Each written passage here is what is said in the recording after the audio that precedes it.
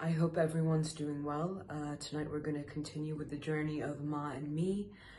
So, Ma has a great sense of humor, okay? Devi has a great sense of humor. Please understand that the divine, your soul, the great masters, they know exactly what you need for your journey to come into wholeness. They know exactly what you need to release, what you need to let go of, what you need to transcend. When you engage with a master, when you come into communion with the Guru is the one who dispels darkness. What is that darkness? It is our fears, our pride, our arrogance, our greed, our lust, our unworthiness, our shame, our guilt, all of those things that keep us from communing with the divinity within us, that keep us confined to, I don't want to use the word lower, but I'll use it just for the mind to understand, the lower expressions of the lower mind. To integrate the divine mind, we have to go through the process of those experiences and then transcend them. And most of us have had, a lot of us have had lifetimes. Yeah, we've been in the circus a long time. Okay, so imagine those habits of being are deeply ingrained within us, those responses. So for me personally, I have been purging all of these in the last 5 years, but one of the primary emotions or states of being that I have been repeatedly called to transcend is fear. Fear of the unknown, fear of what will happen if I surrender, you know? And so Ma has a great sense of humor. So one day Ma decides to pop up onto my Instagram like this.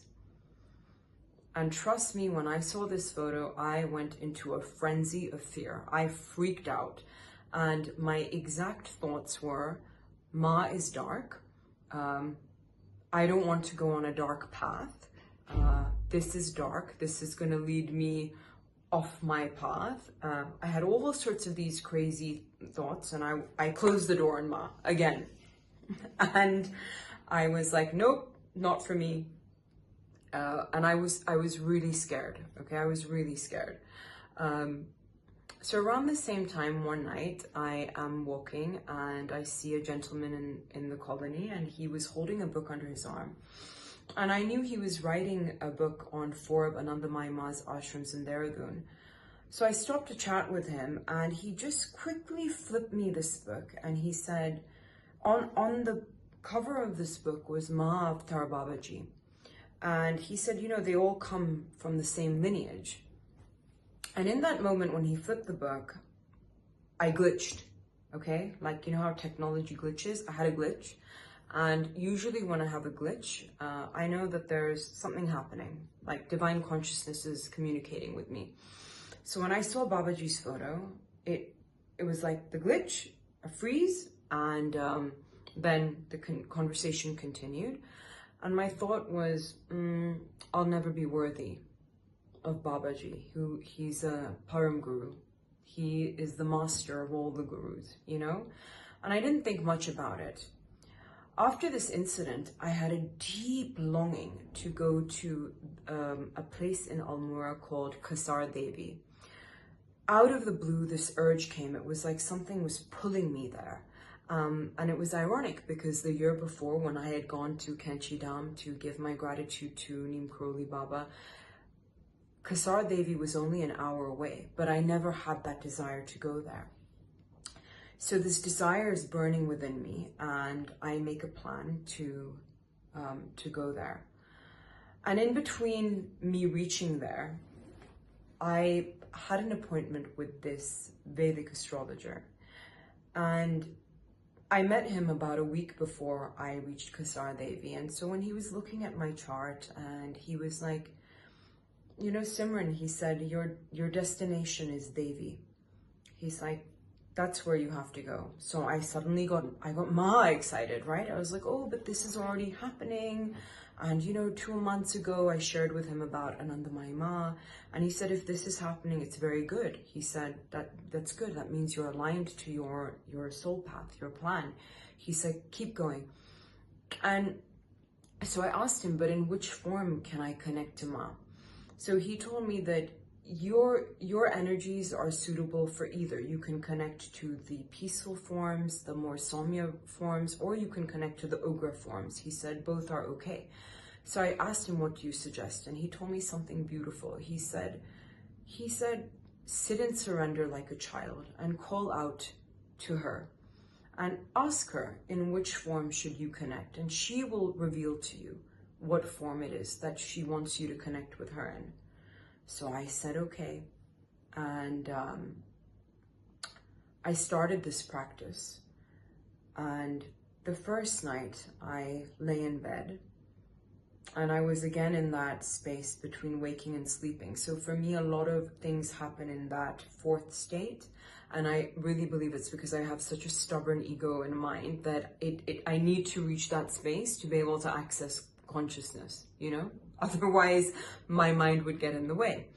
And I suddenly saw, I felt the energies first. That's usually how it happens for me. I would feel a shift in the energies, and then I will start seeing things. And I saw this woman, and it looked like she was in a cremation ground, but she was there, a gray, bluish figure with, she looked scruffy and matty.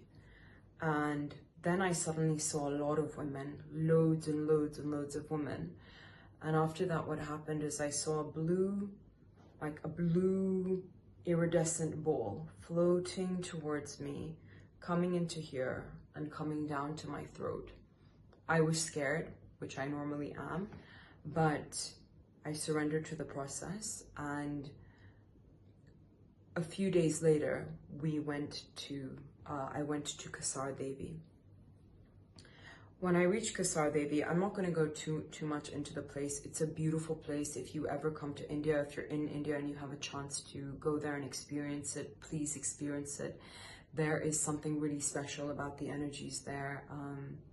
You can definitely tap into altered states of consciousness. So yeah, I would recommend it. It's really special. But when I reached there, I went to the temple. And when I went to the temple, I sat in front of Ma. Oops, I've missed a whole chunk of this story. So we got to backtrack. On the way to, I'm really sorry, on the way to Kasar Devi, we stopped at Kanchi, said hi to Maharajji, got his blessings. And on the way to Kanchi, there is another ashram of Neem Karoli Baba called Kakri Ghat, and next to that there is another, I think it is the Sri Ramakrishna Mission, but I could be wrong, and it is one of the spots where Swami Vivekananda had one of his enlightenments. So on our way up to Kasar Devi, we stopped at Kakri Ghat, and as I was leaving, there was a young man, and he said to me that, since you're here, he said, why don't you go to the Ramakrishna Mission? And he was like, it's very nice, you should experience it. So I took it, okay, it's a sign. When we reached the Ramakrishna Mission, it again had an eerie feeling, and that whole area is actually a Shamshan Ghat. It's a cremation ground. And so we went, and when did Jaja in the Shiva Mandir, felt the energy, it was this, went to the Bhairo Mandir, and oh my God, the energy was so intense and so powerful. And at that time, I still had these conditionings that, okay, Bhairo Baba, dark, Kali Ma, dark, And I see that this is very pervasive actually in a lot of India. I've experienced this. This is what people believe when they understand the forms of Ma Kali and Bhairav Baba. They associate it with dark tantra or dark practices. So when I went into the Bhairav Mandir, the energy was so intense and so powerful. And I was like, Bhairav Baba, I've just come to give my jaja, but please don't harm me. I only want to be aligned to the light. That's how ridiculous I was at that point. And after that, there was a room in which there was a photo of Swami Vivekananda, Sri Ramakrishna, and his consort, Sharada Ma. When I sat in front of these three photos and I closed my eyes, I felt a love so deep, those same waves of bliss and love that I had felt in Anandamayi Ma's ashram. And then, you know, my mental computer got activated and my mind palace was like, do, do, do, do, do, do, do, do, do, do. And when I left the Ramakrishna mission and I sat in the car, I had this thought and I had a realization, and I said Sri Ramakrishna was an absolute devotee of Ma Kali. And so then I picked up that photo on my phone. I got that photo on my phone of Ma in the Kali roop. And then I surrendered to her and I said, Ma, if it is my fear that is blocking me from receiving you, then show me. And within seconds that fear went and all I felt was love. All I felt was love. And I think this is a really important point. There is so much fear in spirituality. I've seen, living in India, I've experienced this a lot. There's so much fear in spirituality, when actually spirituality is about nothing other than love and truth. And it's really a shame, because I think this fear stops people from connecting to the divinity within them, or to surrendering to the deities with absolute love. There's a huge difference when you surrender in fear and you surrender in love, you know. And that has been my learning, my continuous learning, the difference between surrendering to fear and surrendering to love. So after I had this experience in the car, we reached Kasar Devi, and I went up to the temple, and I once again surrendered in front of Ma, in front of the idol, and I said, okay, Ma, I surrender to you. In which form would you like me to connect with you in? And I heard 3 times, Kali, Kali, Kali.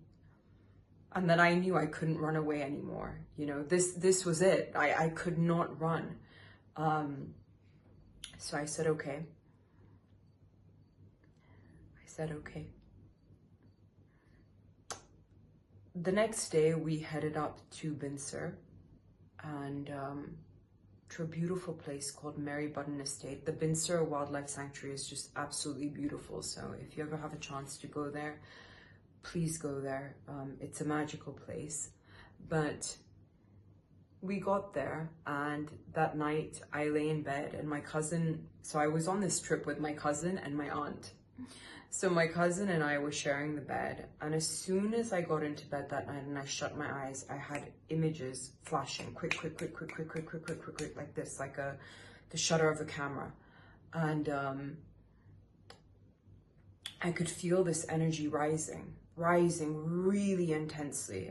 I'd had intense experiences, but this was a particularly intense one. So I immediately got up and I changed the side of my bed. I was like, okay, maybe I'm sleeping in the wrong direction and I'm disturbing something. So I flipped sides, and but the energy won't stop rising. And then my fears started purging, and I'm there, and it's maybe 11 o'clock at night, and I am thinking, I'm going to die here. Should I wake up my aunt? Should I ask for an ambulance? How will anyone get me? My thoughts were racing like this. Luckily, Ma sent me an angel, my best friend, and I messaged him, and I was like, Karan, I'm really scared. And God bless him, but he was like, relax him. He was like, you know, he's a grandpa. Normally he would have been asleep by like 9 o'clock at night, but that night he was awake, and he said, you know, it's really funny, 5 minutes ago you were flashing in my face. And he's like, I'm having a horrible allergy attack. So I told him what was happening, and he said, just relax. It's Ma. He said, just talk to her and just surrender. He said, just surrender. Just tell her whatever you're feeling. So then I started talking to Ma, and I said, Ma, I know whatever you are removing, whatever you are disintegrating, whatever you are burning is for my highest good. But I'm scared. I'm your child and I'm scared. And then the energy started to slow down. It didn't stop, but it just started to slow down into these gentle waves. Please understand that it is your life force energy. It was my life force energy, the Shakti within me. And it listens. And it is always working for your highest good. It is the purest form of love that you will ever experience, but it demands complete truth from you, and it will remove and dissolve everything that is not truth. So I'm having this conversation with the energy, and then a beautiful